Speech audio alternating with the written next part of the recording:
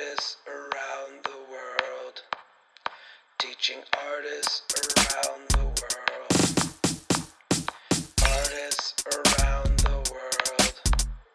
Teaching artists around the world. Well, Quinn, do you want to go ahead and start us off by bringing us into your work and practice? Okay, I will do the share screen. And yeah, okay. Well, so I think I just want to give you all a glimpse that's it's kind of like the situation. How about the fine arts in Vietnam? Yeah, just for the beginning. That's just from the Indo-China time. It's about like 1925 until 1945, and that's like also like the first Indo-China wars for the French colonial. So we have the first like Indo-China College of Fine Art, and yeah, and it was founded by also a French painter, the rector of the school, Victor Tadeu. And so most of the painter enrolled in the school, like all of the male painter. I'm not sure if we have any women painter here. I know one name might, but it's just like in the record, the photo is all about the male painter. And yeah, as you can see here, by that time, and people also do like anatomy arts and with all of the study and sculpture and the same for the University of Fine Arts in Ho Chi Minh City nowadays. But I guess it's a little bit different when people have a tendency to do like reproduction. So back to the time like 1990, yeah, because I was born after the wars, so the society at that time is still very chaotic after the Vietnam War. And then so most of the students who graduate from Fine Art University, mostly they will do like stuff like this is, I think, it's something also really problematic in Vietnam, and people do a lot of like reproduction, and they will copy a lot of painting from the old master, and just kind of like I guess like decoration stuff like that. And this is also it have like all of the alleys and selling painting like this. This one in this is actually also got like behind my house in Ho Chi Minh City. Yes, people do stuff. I can do a little bit like translation here, and they say like you do like consultants for interior design, and it's so all of the thing like for decoration, like painting like that. Yeah. So growing up in this context, and I was just thinking about how can I develop my practice and in a way, also like in the contemporary art context, and because my work later, my painting look like this, and the material I create mostly from the raw pigment from flowers, plants. Using plant matter is the main medium in my practice. And I first kind of like applied that on like 2D like drawing, painting, and later also in installations. And it's also kind of like time-based when I also use this in kind of like some video works. And I would say it's kind of like a multi-sensory installation because we also can smell it and we can feel it. And the moment when we step into the space, it's one feel like the same, like the day before and the day after. It's always change. And yeah, so I want to start with some like early inspiration. Just kind of like reflections that's from my family photo archive. And let me sign now. Another part is like the study of decaying pigment and fungus. This is just something like I think in about like 2012 until 2015, when I did a residency in the Mueang Cultural Museum in northern Vietnam. It's kind of like in the mountain area. And yeah, this is the stuff that I collect during the residency. Yeah, almost like a decade ago. And I was just enjoying using like the material and observing the way how they change and decay. Yeah, they transform. And some of my archive about my story with the decaying. And also a part of I would say this is called like something from the thing making the traditional. If you can see here, I just took this screenshots on Wikipedia, but here they talk about the origins of and the color, like the black from burnt bamboo leaf, green, blue, or amber. Like this is, I think it's the name of the flowers, kind of like scientific name. Red come from a powder of red gravels, and yellows from the senna flower. Also, the white pigments from the powder of egg cells. Yeah, I think we also use the egg cell in the lacquer painting quite a lot.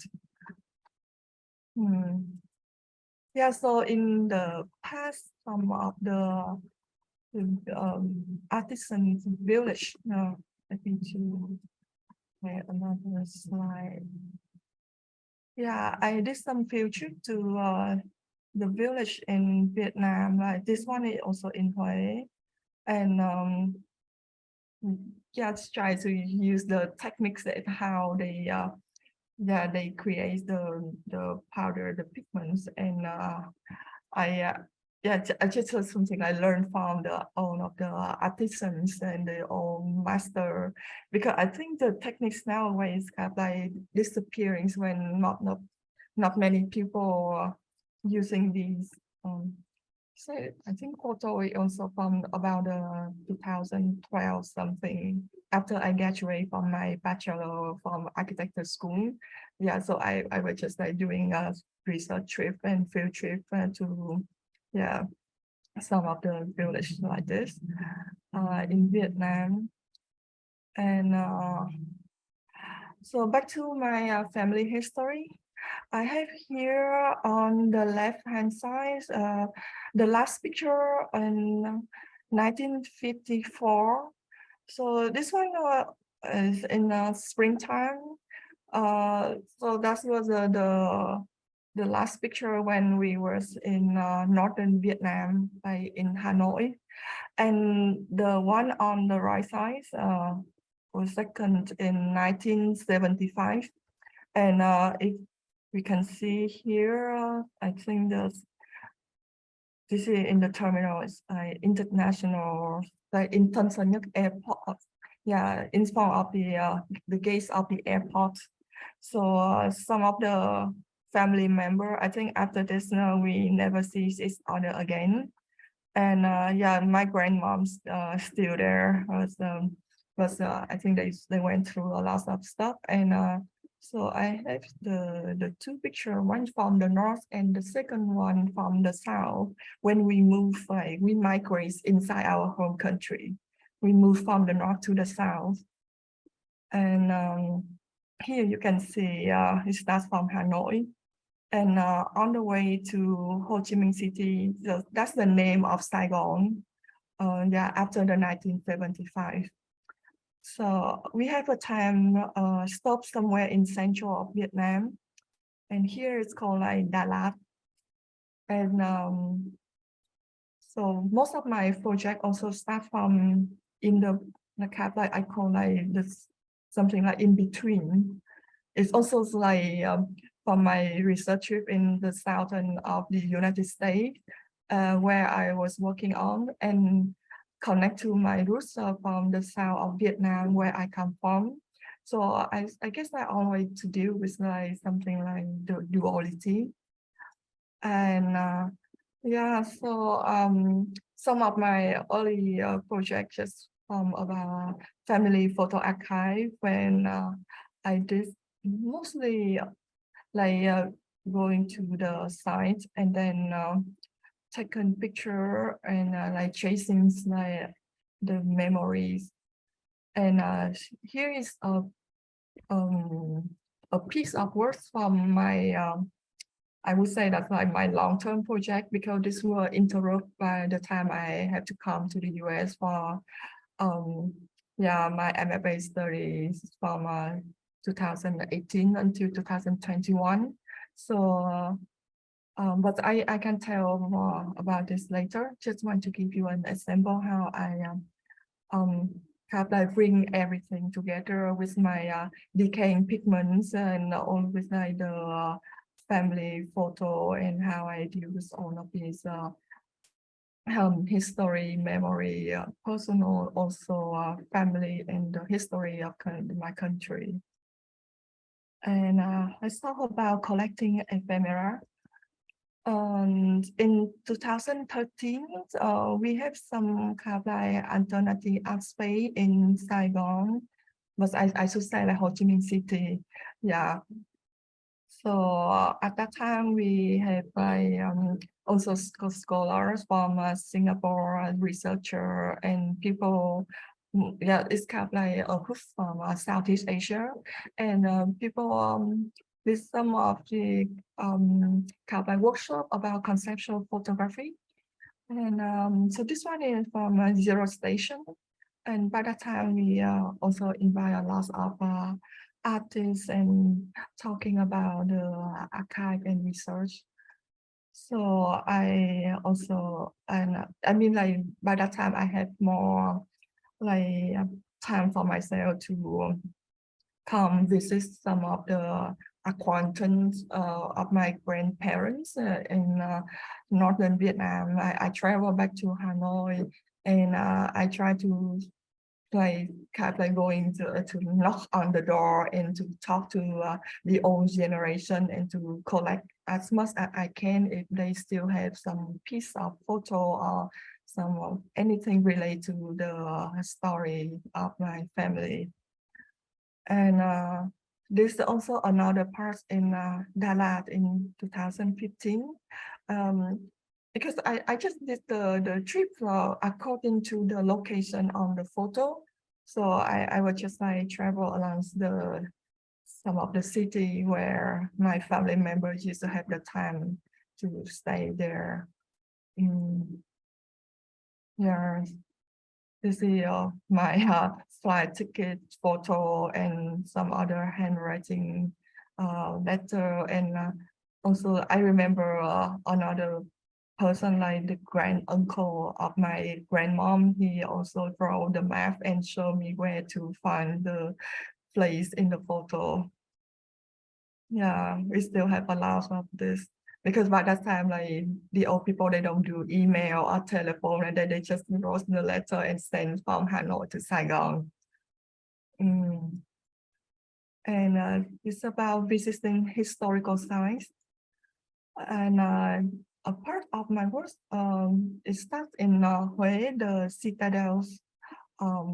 Yeah, it's like on the old capital of Vietnam. And this one in the another footage I just screenshot from the archive.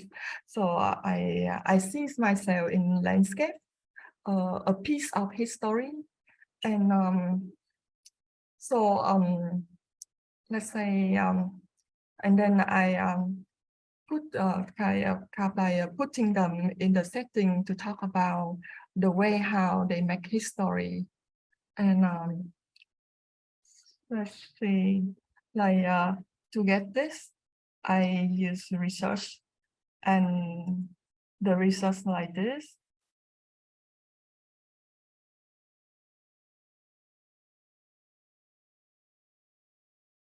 Yeah, and then so I would say my practice at that time is about reenactment.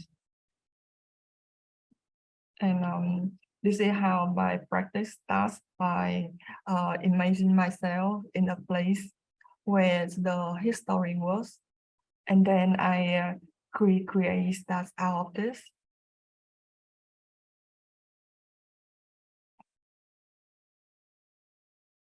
Yeah, I feel like I just see the two person in the same family, standing in the same side, but in a very different times. It's about like 50 years. It's something also about absence and present. Yeah, we was there, but we never met each other in the real life because my uncle passed away during the war. Yeah, the Vietnam War. So I own the thing. I have just the photo.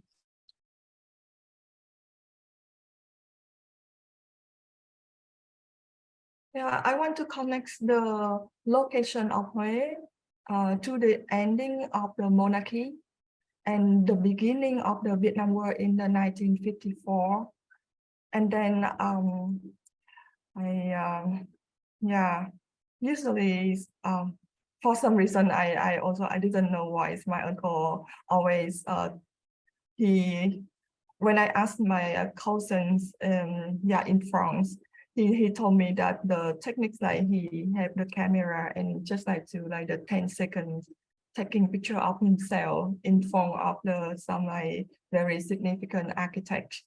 And but from the gates here, after the Vietnam Wars, we don't really have any detail on the gate. From my understanding, mostly this stuff here is something also like I guess I also precious gem, or because this is the mausoleum of the king, so all of the stuff here, I don't know why, maybe for some reason that most of these things disappear and only have the two columns. And some other from my research from the Indochina postcards with it's, they don't really have the name of the photographer, but I guess this belongs to the public domain. And yeah,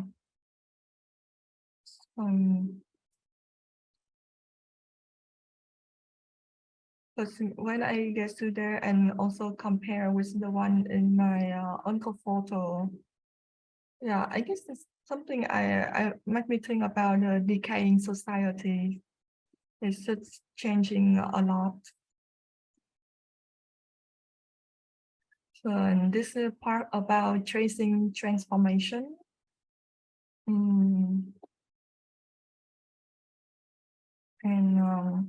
then I draw the landscape from the photo background,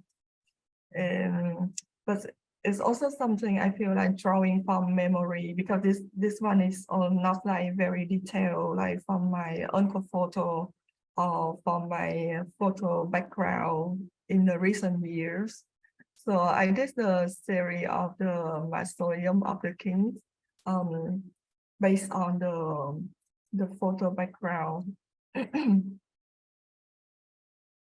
Yeah, but to show the increased decay, I also use the pigment that has decays longer.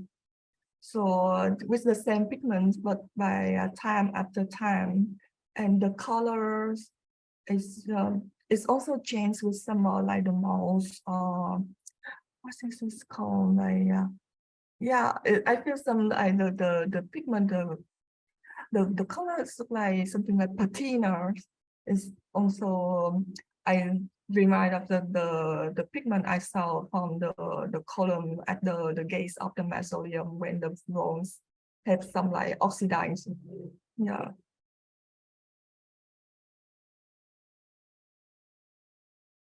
Yeah, this is the pigment that I create. And yeah, just some I think I want to talk about the assassination of the president of the South Vietnam, but something about the decomposition material. I think I feel like some of the connection with all of the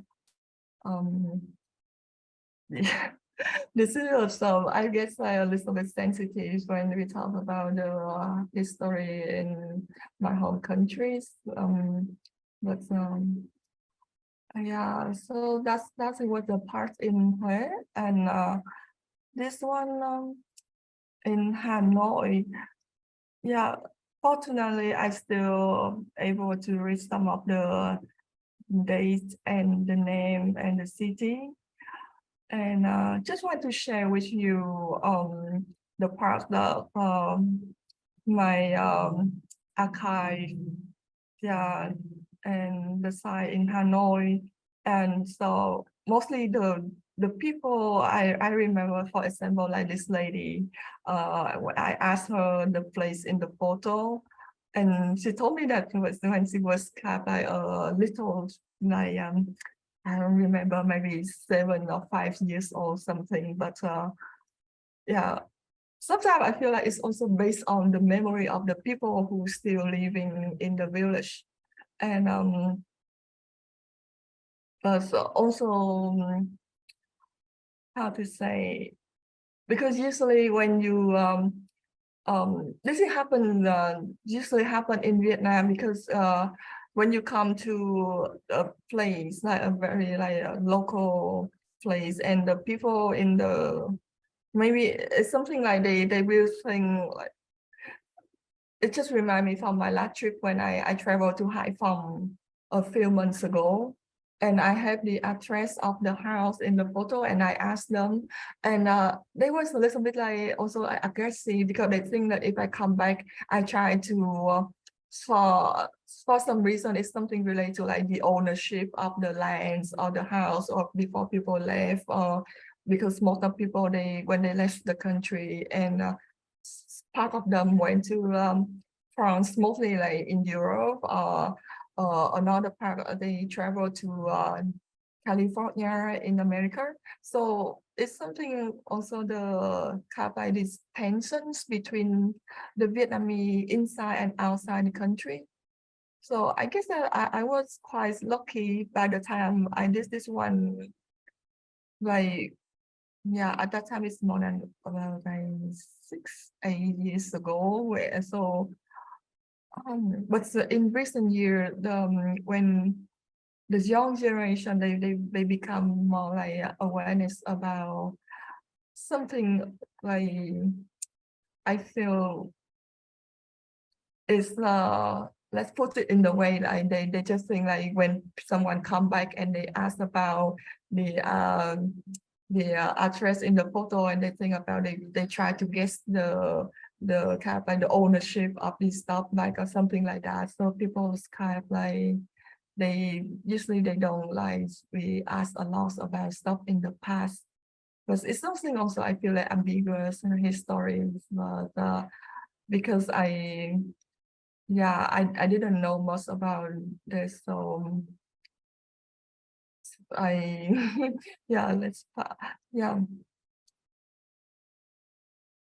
and we still have what should I call this? It's to translate from Vietnamese, it's like the Nam Dong village. So we still have the gates of the village in the past, but in the realities nowadays, it's also changed a lot. And this one was taken in Hanoi.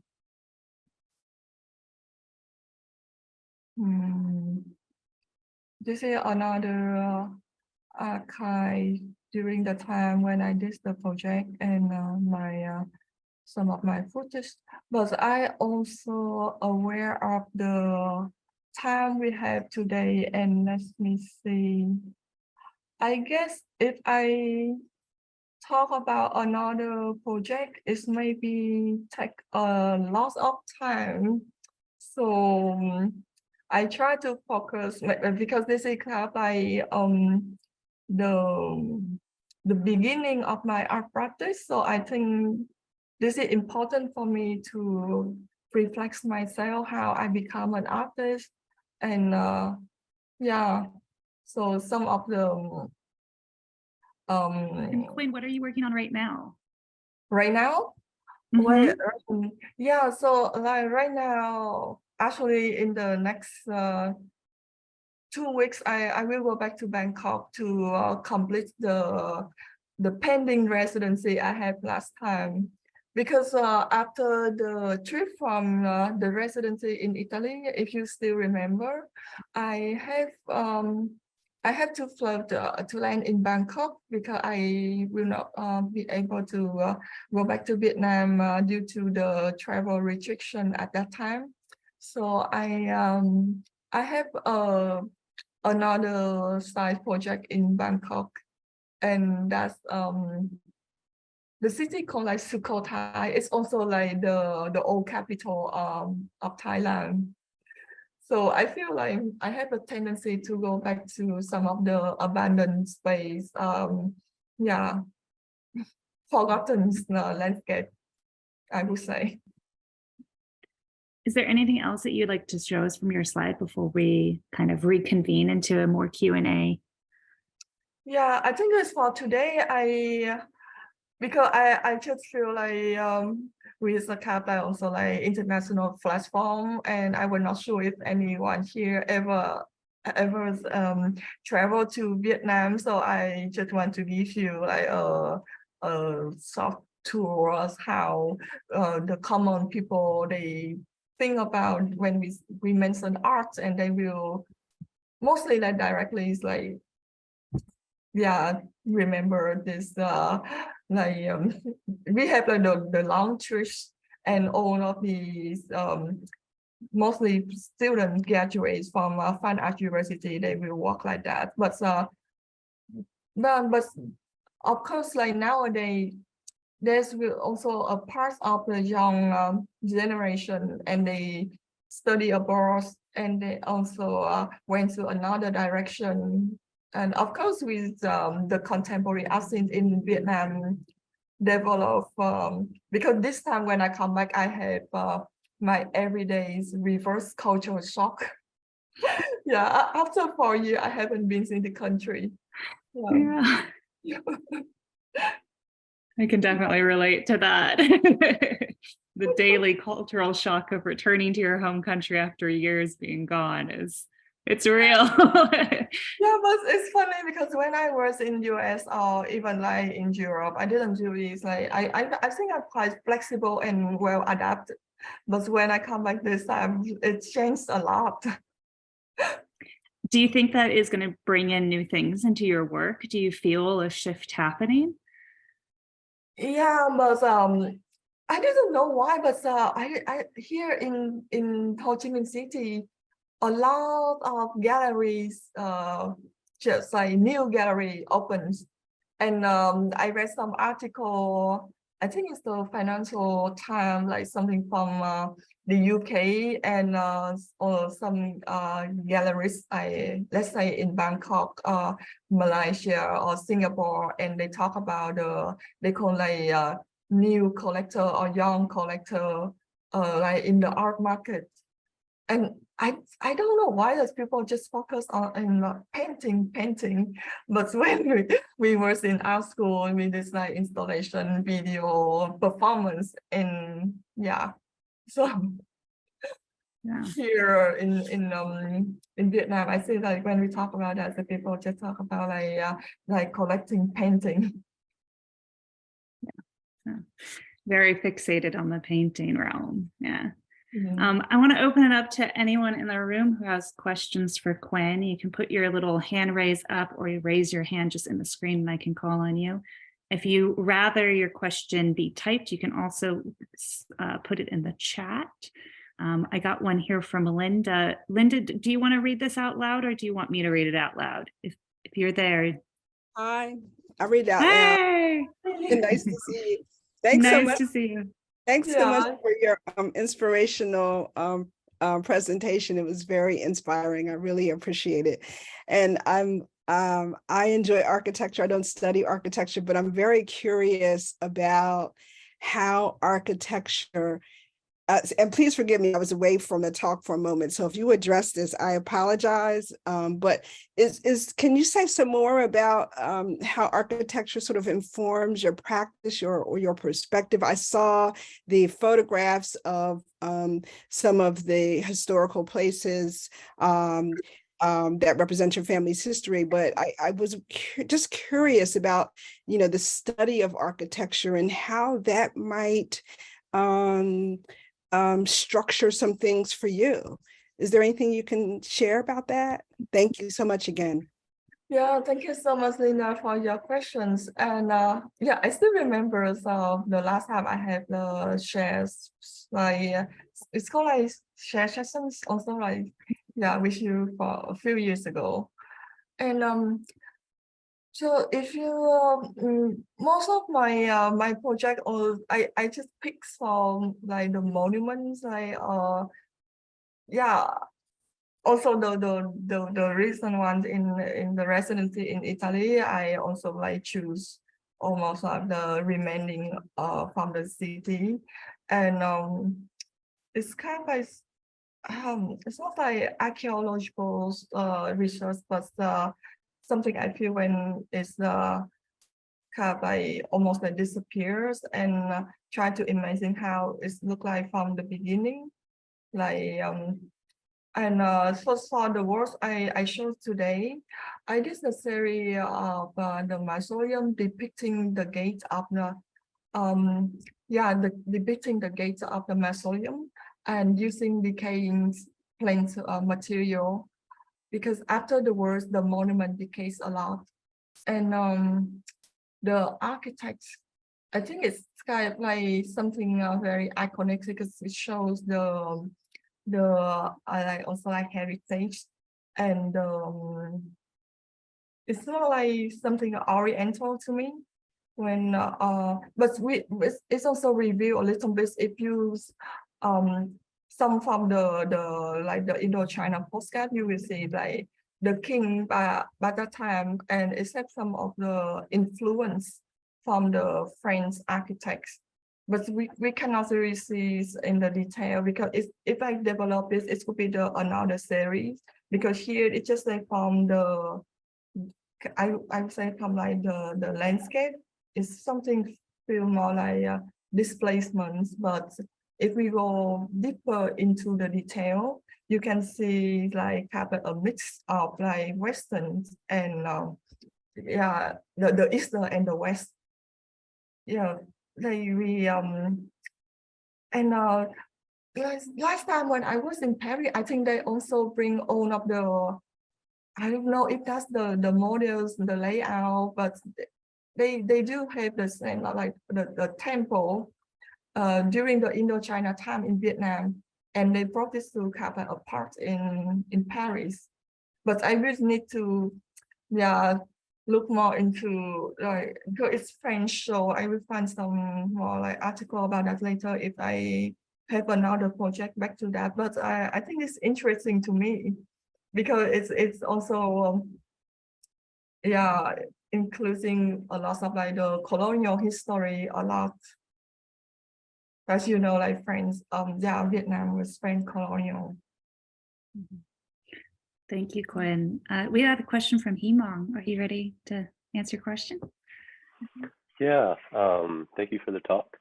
A lot of the things you're kind of circling and tracing are resonate a lot. I think like kind of the legacies of not only colonialism but communism and like experiences of going into rural areas and kind of those dynamics and noticing the decay or the kind of transition and a lot of like lost things that are reviving. So this notion of decay is really interesting to me. I'm really glad to hear your talk. There's a lot of overlap. So I was actually really curious about the decaying pigment that you're working with, and yeah, just like knowing a little bit more about yeah, just to hear you talk a little bit more about decaying pigment. Yeah, thank you. Is yeah. there anything else? And then it's kind of a side tangent, but there's a really interesting sculpture I was curious of in Catriona's screen, and if you could mark it later in the chat, maybe. Okay, yeah. So I guess that ideas come from my my first residency I mentioned in northern Vietnam. That's called like the Moon Culture Museum.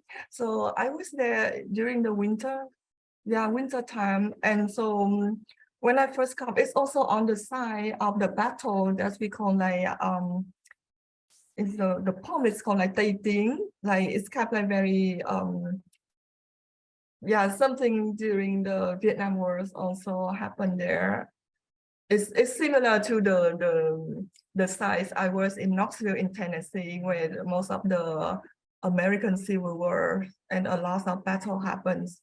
So for some reason, I always I was there for a reason. So I was thinking like, how about I just pick like some of the local flowers, because I see that this some of the specific yeah, for a certain flower, they only grow up in that area. And also the same when I was in Italy, when the curator sent me to like, it's called like Isonzo River for the World War I, something about like 1918. And she told me there's also a very special grass leaf. We have the scientific of that leaf, but I cannot remember right now. It's quite like Italian name. But she told me that's only happened during the like autumn, like October, and then she want me to use that material to create a work. So back to but that's one were in 2 years ago. But back to 2015, at that time, I just want to use something belong to the location, that's the place where I collect the material. So I have most of the flower I brought to my studio, but then because of the weather and they start to change, like they transform, and yeah, that's what the first time, because when I try to scratch and using the how to say, like yes, like the creates from the it's quite raw, because I don't use any chemical or something try to reserve the color. So it turns from very vibrant, and it will spot. Yeah, if you can see some of the other installations from the beginning, it will have with so many diversity, because like very colorful, red, yellow, all of the like chrysanthemum, yeah, many types of flower. But then when they decay, they will become only one color. It look like tea, or like the pigment just very brown. Yeah, so it's something for me very interesting, because whatever the color from the origin, the beginning, but then it's just will then decay longer, and then it has like, it might look like the same, but it's, if you observe that, it will have the very different like contrast, like it's a little bit darker or lighter or something but let's say like something is used. Yeah. You say that you don't use any kind of like stabilizer or chemicals in the process. I'm wondering, do these works, once you create them, change over time as they sit there, or does the pigment kind of almost stabilize at a point of, you know, its decomposition? I think it's about the idea about ephemerals, because I don't try to save or keep the color, and there's also a problem with most of the gallery I work with, because like the gallery just talked to me like it's the how we maintain the words and how it's remain like the color is the same, and if the collector buys this, and how they can like explain to them. But so but for me, I keep this like in the same, because I want it like that, and for me that's my work is about ephemerals, so I don't want to try to keep it like. Yeah, it's very easy if you have a finishing layer, and we have a lot of carbon medium you can put on the top, and then it stay there maybe forever. Yeah, but let me remember. Before I have like the person who do the framing for my drawing, he have the technique that he used something like I don't know, but like he seals the frame in a way. And after, I think 8 years, I didn't see the thing change a lot, because by the time I wrote the work to him to do, it's about like from 1 to 3 years. So it's already decays a lot. So I think it's still in a good condition. And last time when I had a chance to visit another collector when I have my work in London, and it still is there. It's not really like horrible. People cannot imagine, but it's still in a certain way. So I start from like an experiment, but yeah, let's see how about for the next 10 year or 20 year, if I have something change, I can keep an update. But for now, I didn't see anything like really like horrible. Great to know. Yeah, Supriya, just go ahead, Heelan. a small little comment. It's interesting because it's like reviving a traditional craft, but a lot of the crafts like specialists were about finding the exact, like I'm thinking a lot about indigo, and so much about indigo, like master indigos was like harvesting the plant right in this specific period of time, and that's what distinguished a specialist, like the most like revered indigo dyers. And so it's interesting that this like kind of place that you're extracting from is almost undesired, but it's like, yeah, maybe moving to a new space. And then just one other comment is just to say that yeah, like the circling that you're doing with the Vietnam War, there's a lot. I'm doing the same with the Korean War, and just to highlight like the relationship that so many of the Korean conglomerates and really like South Korea's wealth kind of started from the Vietnam War.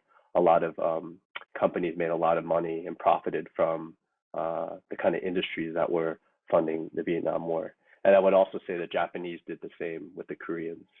And then I'd probably say the West did the same with Japan. So there's a really interesting lineage or thread. So I appreciate your work. Yeah, thank you so much. I put your name like He's Myung. Yeah, I just pay attention that some of the countries always happen with the division of the North and the South.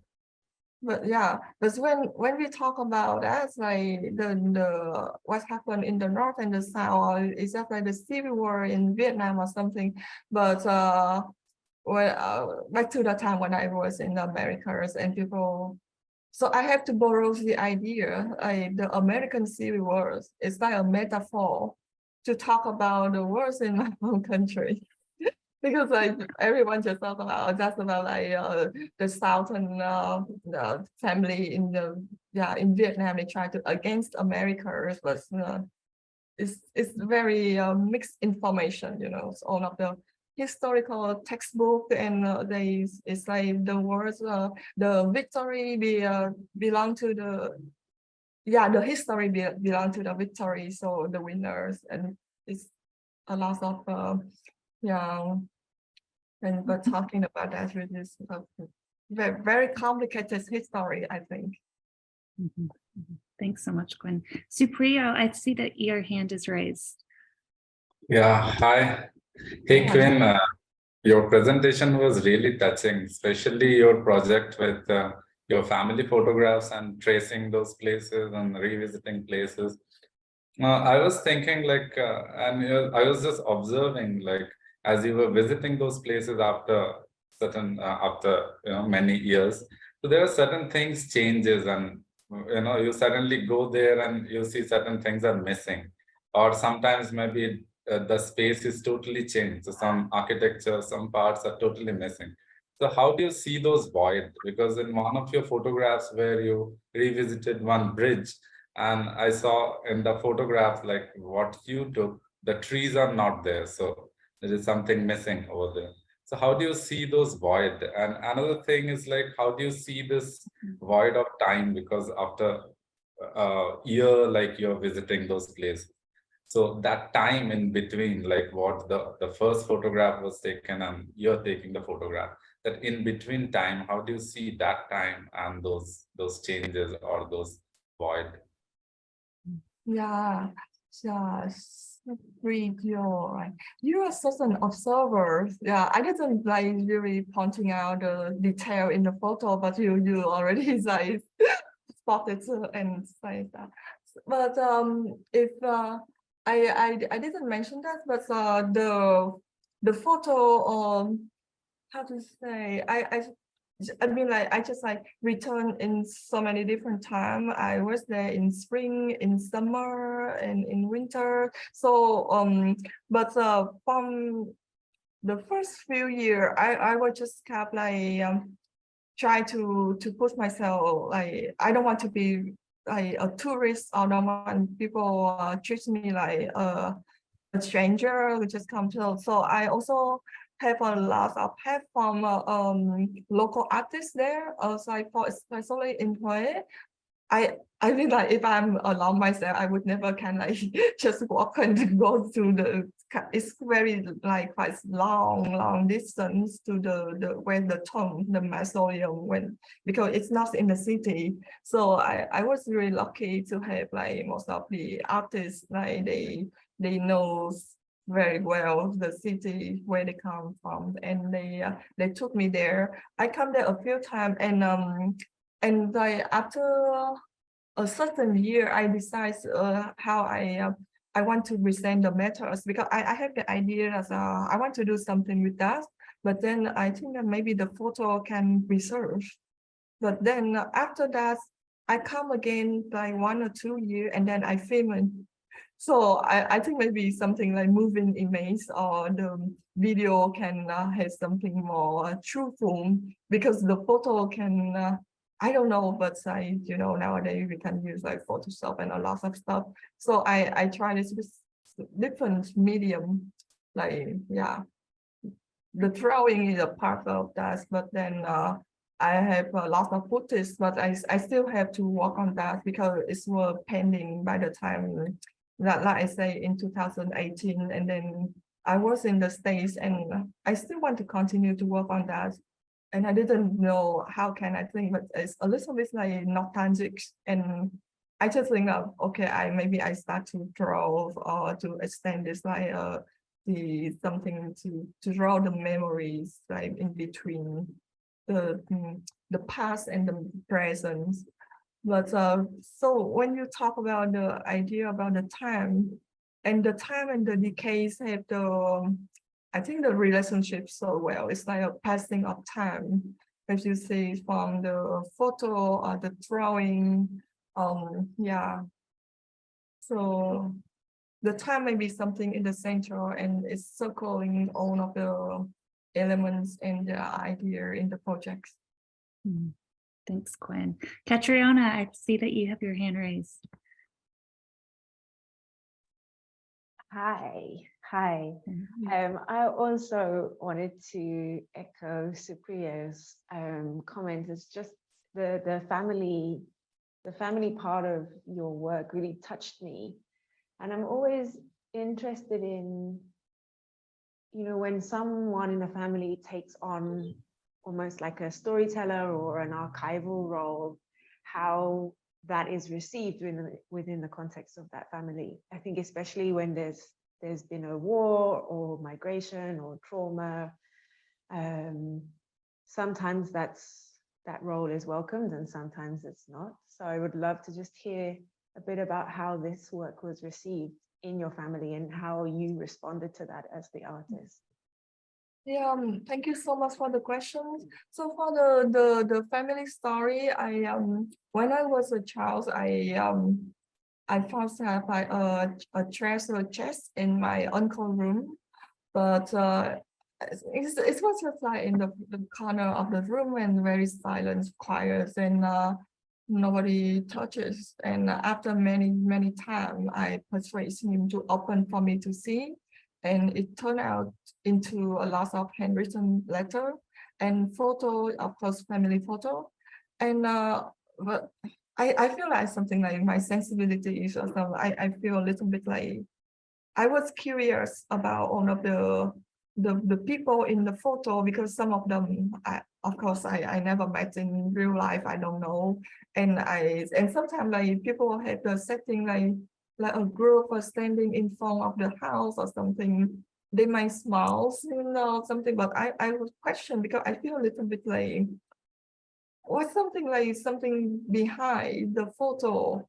Are they really happy, or they just try to create something? It's something like a fixed memory. I was not sure, and a little bit like I feel like ambiguous to me. But when I asked my parents, and they never told me the story, so I have to find the answer for myself, because I feel like I never have a decent answer about all of this stuff, and that's one of the reasons why I want to go to the States, because I want to understand better about the Vietnamese community who moved to mostly in the Bay areas in Cali, but actually when I come to the US, they are everywhere, almost like the States. Yeah, in New York, in Chicago, in all around the States. We have Vietnamese, and then the nail spa or Vietnamese restaurant in Houston or Texas. I don't know. It's everywhere. It's not only in one place. And also I saw some comment here. Like I mentioned, I think I see something about the East West Germany, and actually when I was in Germany, it's something also the East and the West, but the Vietnamese community in Germany is mostly come from the North, and the one in the US, they mostly come from the South. So I have to like interact and try to communicate and understand the stories, and yeah. But back to your questions, I think it goes a bit too far from. Yeah, but I remember a professor from math arts, when I had the conversation with them. He told me like, your parents didn't want you to know too much about the past because they want you to be safe. So maybe that's answers a lot, a little bit. Thank you so much, Gwen. We're going to go ahead and have to wrap up. Karen, I'm so sorry we didn't have time to get to your question. Feel free to comment on it on the network, and I'm sure that you can just @Quinn and maybe she can respond in her own time. Thank you all for coming today to the Artist Talk. And thank you so much, Quinn, for all your work and your time and your talk. It was really awesome to see into your practice, and thank you so much for sharing it with us today. Round of applause, and have a lovely rest of your Friday, everybody. For anyone who's interested, the Domesticity and Nature work group will meet in about an hour and a half, and that's on the platform if you would like to join us. Have a great one. See ya. Artists around the world, teaching artists around the world.